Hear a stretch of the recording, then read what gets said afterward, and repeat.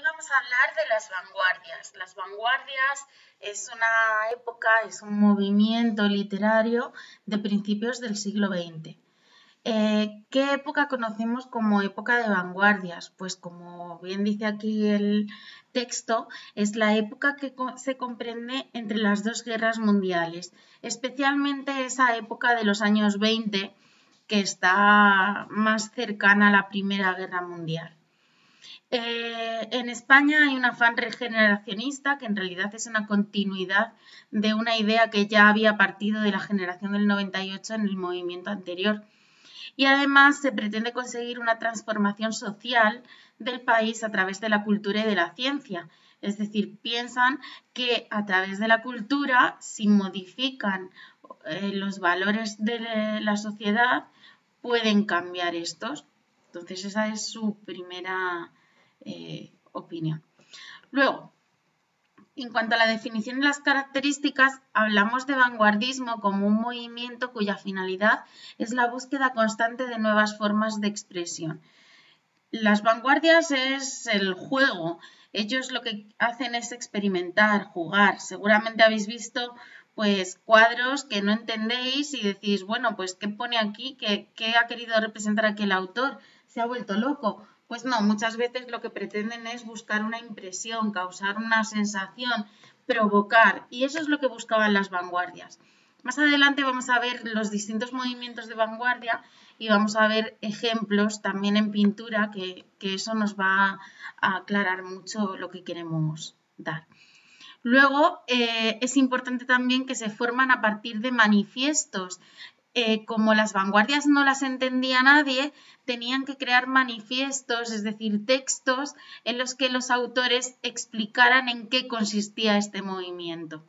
Luego, también se manifiesta un rechazo a toda la estética anterior.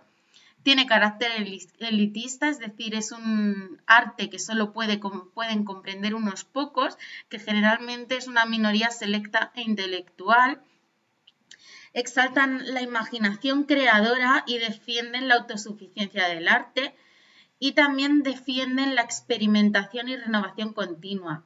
Las vanguardias es un juego en el arte y en la literatura, es una provocación.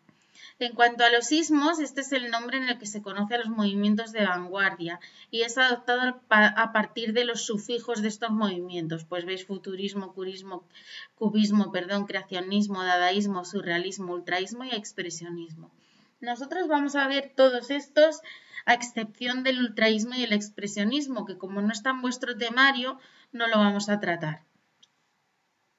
En cuanto al futurismo, si os fijáis en la imagen, esto es un cuadro futurista, resaltan pues los edificios, la ciudad, lo moderno, salen en los poemas automóviles, aquí tenéis un texto que podéis leer, pues la velocidad, el tiempo, la velocidad, la energía, la fuerza, el movimiento, son temas, las ciudades, todo lo moderno, automóviles, las máquinas, todo eso son temas propios de un poema futurista. En cuanto al cubismo, tienen como referente a Pablo Picasso y Pablo Picasso era un pintor cubista y como veis aquí en Las señoritas de Aviñón, de hecho, este es su primer cuadro cubista y representa muy bien lo que es este movimiento. ¿Cómo se representa este movimiento en literatura? Pues mirad, a través de los caligramas. Apollinaire, el francés Apollinaire es el que inventa los caligramas, pero nosotros tenemos a Vicente Huidobro, que es un poeta chileno, que es el que crea estos caligramas en español. Aquí tenéis el del helicóptero. Otro muy importante, otro texto es la girándula, que si os fijáis, imaginaos que tenéis el texto impreso, tendréis que hacerlo girar y dar la vuelta al texto para leerlo, ¿no? Si no, no se puede leer. En cuanto al dadaísmo, es otro movimiento. Este movimiento lo que pretende es provocar, es la provocación absoluta del arte. ¿Cómo se hace, en qué consiste este movimiento? Pues mirad, si os fijáis en pintura, tenéis este cuadro famoso de Marcel Duchamp en el que le pinta barba y bigotes a la Mona Lisa.